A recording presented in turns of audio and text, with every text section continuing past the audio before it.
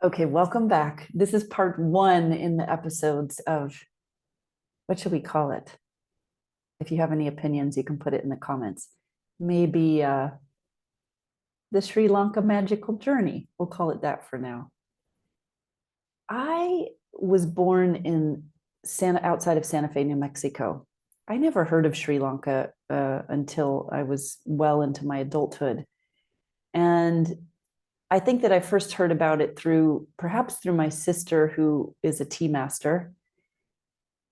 And I can honestly say I didn't necessarily feel a big pull to want to go to Sri Lanka. I mean, it sounded like I remember feeling that it sounded exotic with all of the spices and the curry, um, and sort of mystical in its own way with the temples and the elephants.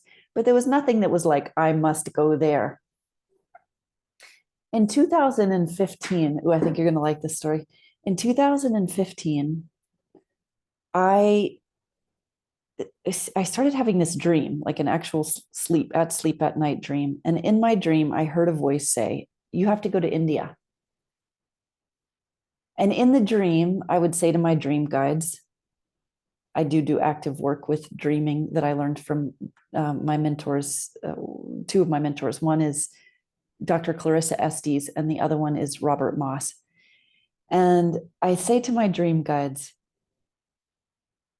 no, no, no, I don't want to go to India. If I'm going to go that far away, I want to go to Bali because I'd been thinking about Bali.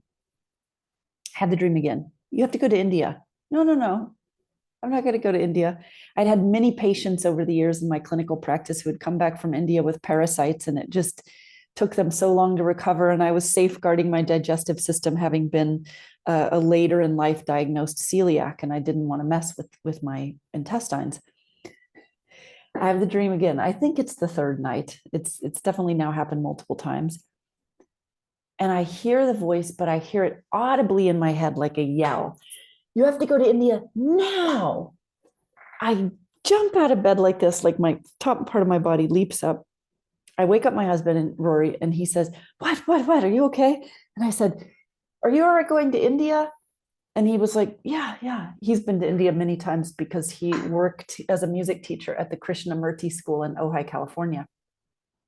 Krishnamurti is an incredible Indian spiritual teacher and educator. So I got up out of bed. I bought round trip airfare tickets for leaving like 3 weeks from the day that we were at, maybe even two. It was a pretty swift turnaround. And I got it. I just knew that we were supposed to stay for some length of time. I believe I did it for 6 weeks. And I had no idea why I was going to India or where to go to India. I bought the round trip tickets in and out of Chennai, which is in the south, only because I love Southern Indian food. That's the only reason why. I didn't know anything else, nothing else. And I'm still thinking after I do that, like, okay, this is exciting. Like, I'm kind of excited about this. And I have no idea what we're doing. What are we doing? Next thing that happens is through a chain of synchronicity, because this is how these things happen when you say yes to risking and taking leaps. It's like magic, how the universe sort of flows in and supports in ways that are not linear or logical. That's why I always say to us, for us creators, and for those of us that came here to risk big, to flow big, it's not your job to figure out the how. It's your job to hear the calling and the message, to know you're knowing and take the next indicated action. The next indicated action through a chain of synchronicity was that I don't even know. It was like through a random internet thing. I found this woman who did these intuitive readings. I remember it was more money than I had ever paid for one session in my life. It was $444. It was a virtual session.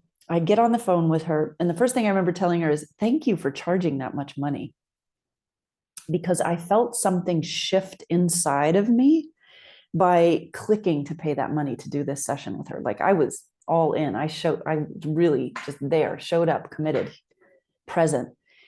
And one of the first things she said to me is, "You need to go to India." And I said, "I know, I am. I'm leaving in like 10 days. I have no idea what I'm doing there." She proceeded to flow into me information about my Tibetan past lives and my connection to the Tibetan culture. Mm.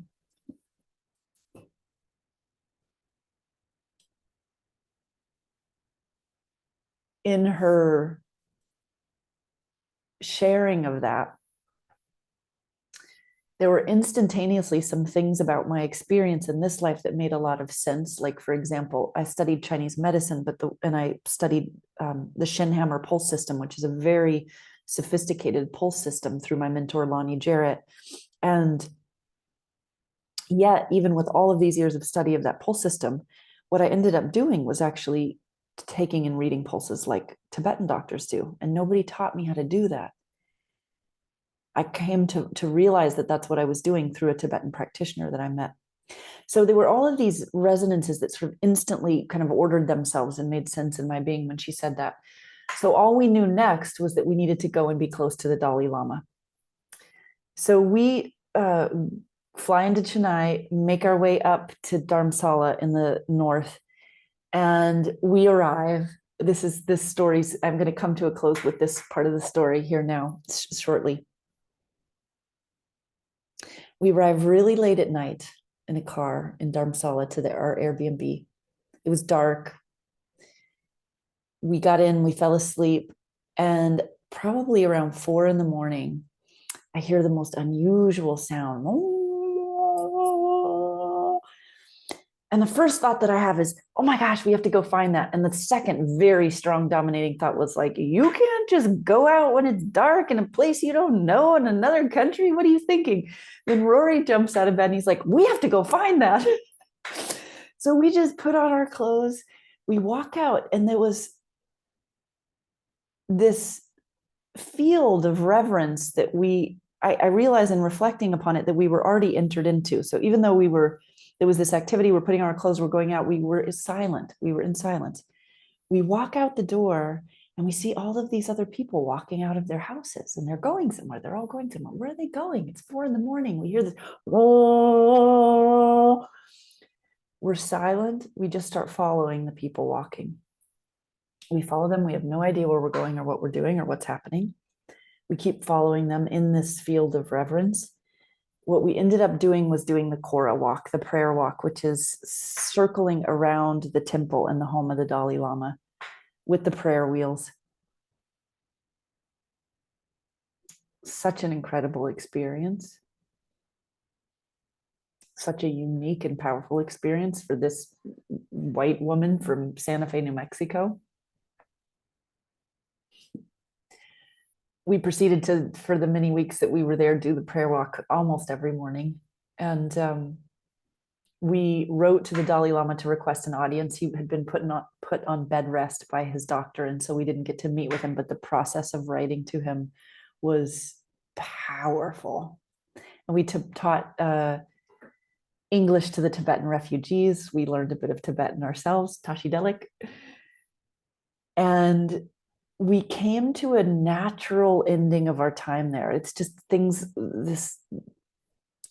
sort of wound down. I had a profound experience of waking up to my mediumship abilities there, to my what's called psychopump abilities to help soul fragments or souls that haven't been able to transition.